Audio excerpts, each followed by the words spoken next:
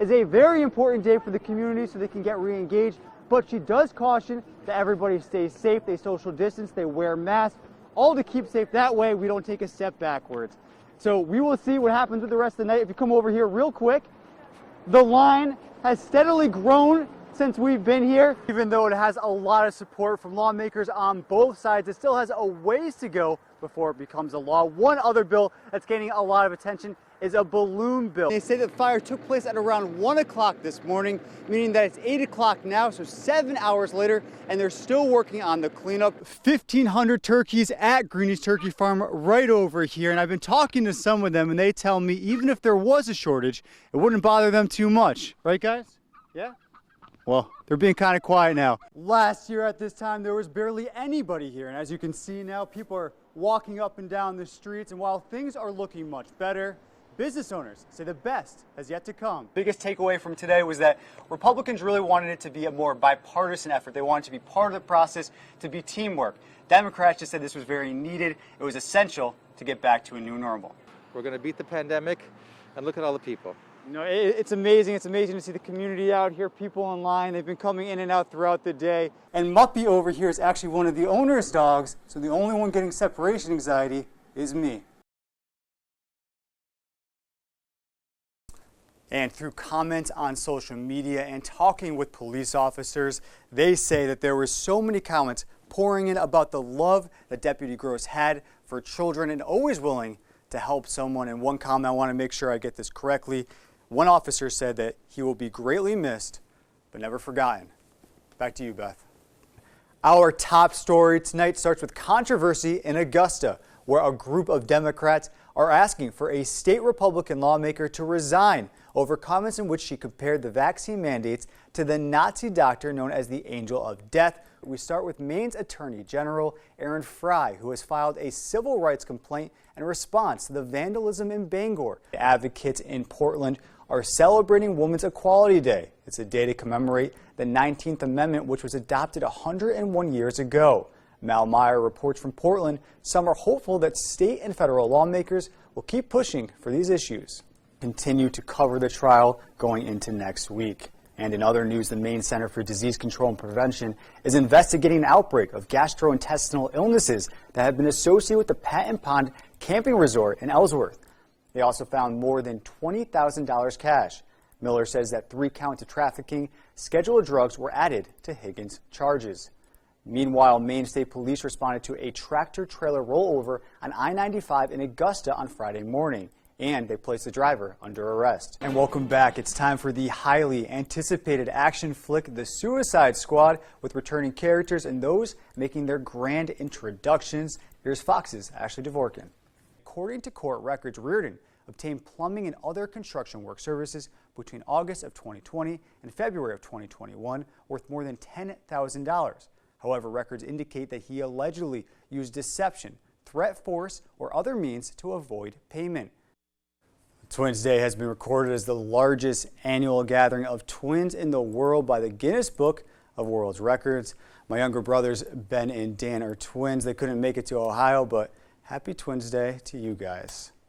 And for your celebratory gift, I give you these 4 penguins taking a dip in the pool. But this swim is more than just fun time.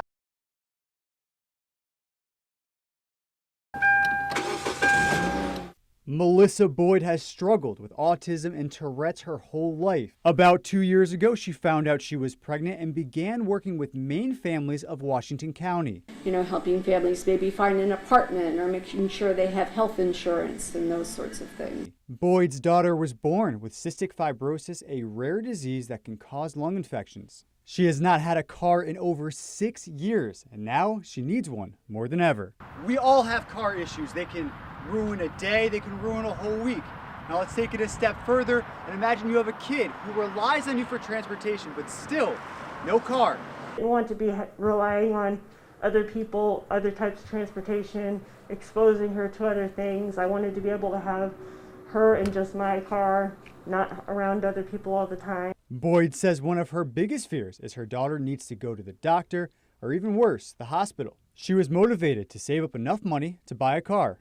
I had created a GoFundMe and some people had contributed to that, so I saved that money. On Thursday, she came to Fairway Auto Sales prepared to purchase her car. However, the owners had other plans. You know, she was going to have to wait till the beginning of next month until she was able to complete the payment on the vehicle. I think that was when we finally said to each other, you know, I think the right thing to do is let's just give this car to this young girl. The balance has been paid in full, and you don't have to give us anything today. Oh my gosh, isn't that wonderful? We're super excited for you.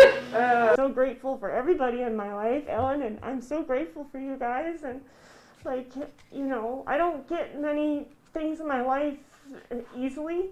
Murray lost his mother to brain cancer a few years ago. He says it's the values that she instilled in him that prompt him and his wife to give back. In Hancock, I'm David Horwitz reporting for ABC 7 and Fox 22. And if you are looking for a good scare this Halloween, then the Bangor Mall might be the place for you. The owners gave me an exclusive tour that I'll never forget, even if I tried. So with warriors of the undead. Is your goal to scare as much people as you can? Is that the goal? Absolutely. It's hard to tell from the outside, but the creators of Maniac Manor say it's about 4,800 feet of haunted space. Everybody is surprised when they walk through it. Everybody says, wow. Even me, I was getting lost for a while when we first built it. It was so big. The owner of Maniac Manor, John McCann, says he has been working on his craft since he was a kid. Smaller scale haunted house out of my my mother's garage, and a bunch of my friends helping out with that. McCann says he caught the itch from watching horror films. The practical effects that they had in those horror movies, that was what I was interested in. And so transitioning into like a haunted house throughout the years, just collecting, horror props, things like that, modifying, building my own, creations. They have about 15 to 20 volunteer actors. He says they will not touch you, but that doesn't mean it's any less scary. And I am terrified just walking through here by myself. Oh my God, this is scary, just the anticipation.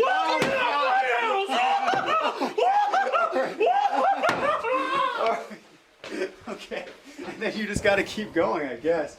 Maniac Manor is open now and will be up and running through Halloween weekend. Be prepared for anything.